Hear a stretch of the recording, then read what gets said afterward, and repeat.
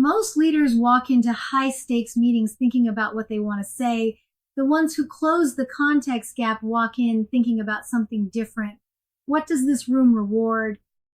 5 minutes of preparation before the meeting changes more than 5 months of generic presence coaching after it.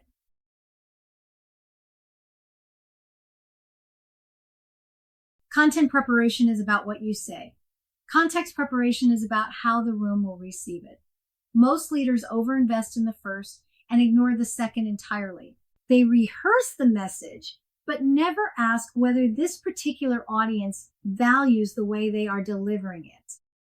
The difference between leaders who struggle with the context gap and leaders who close it is often this single shift. From preparing what to say to preparing how to say it for this specific audience, the content stays the same, the delivery gets calibrated.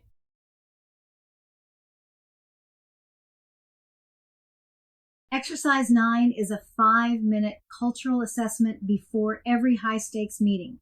3 questions answered in writing, not in your head, in writing. The writing matters because it forces specificity. I know this audience is not specific enough. This audience rewards brevity and penalizes hedging is specific enough to act on. Question 1. What communication style does this group reward? Is it brevity or thoroughness? Data-driven or narrative? Consensus or decisiveness? The answer varies not just by organization, but by meeting type, seniority level, and even time of day. A Monday morning leadership meeting has a different reward structure than a Friday afternoon strategy session.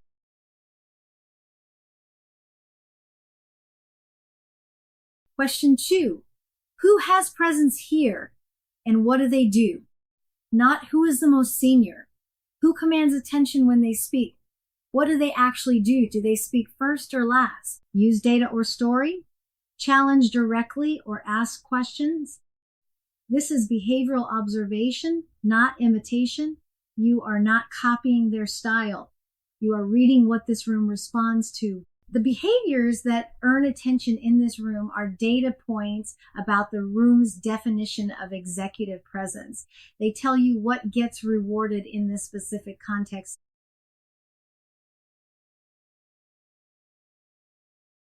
Question 3. What behavior would get penalized? Every group has unwritten rules.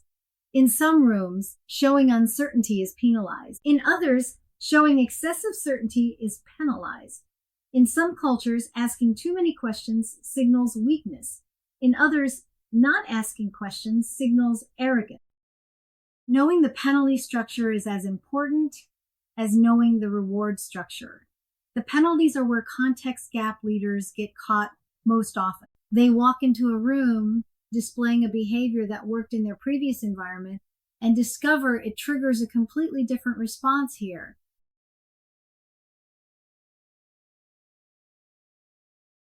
One mistake to watch for: treating all meetings the same. The same style that works in a team stand-up may not work in a board presentation. Treating them as interchangeable is itself a context gap symptom. The culture red forces you to recognize that each room operates by its own rules. 5 minutes of explicit attention to those rules produces a fundamentally different approach than walking in on autopilot. You cannot answer these 3 questions once and apply the answers everywhere. Each room, each audience, each context has its own reward and penalty structure.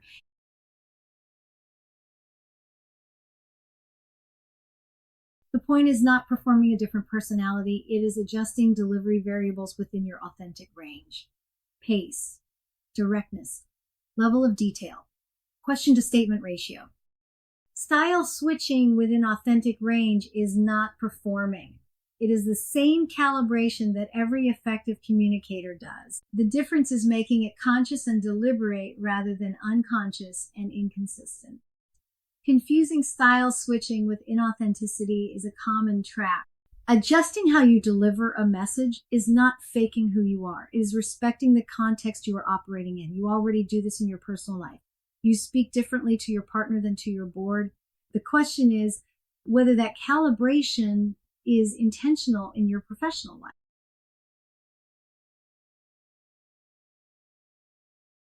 A leader preparing for a quarterly business review with a new executive team. 5 minutes with the 3 questions. What does this group reward?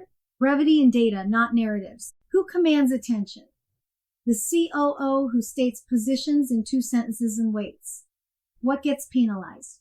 Going over time and hedging recommendations. With those answers, the leader walks into the room differently. Shorter deck. Position first on every recommendation. No hedging, same content, same knowledge, different delivery. The room experiences a leader who reads the context instead of defaulting to a single register.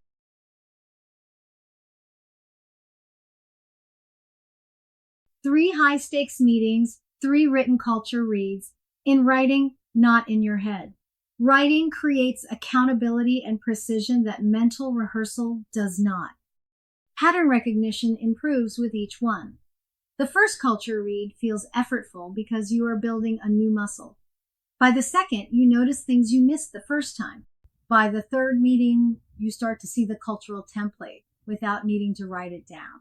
The writing in the beginning is scaffolding that trains your observation.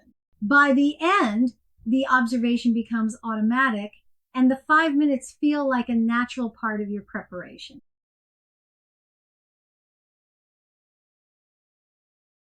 Before your next high-stakes meeting, answer these 3 questions in writing.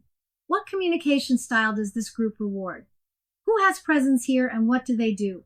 What behavior would get penalized? 5 minutes. Then notice how differently you show up. The culture read prepares you for a single meeting, but presence is not built in one room. You have multiple stakeholders, each with a different definition of what strong presence looks like. The next exercise maps all of them so you can see the full landscape of what you are navigating.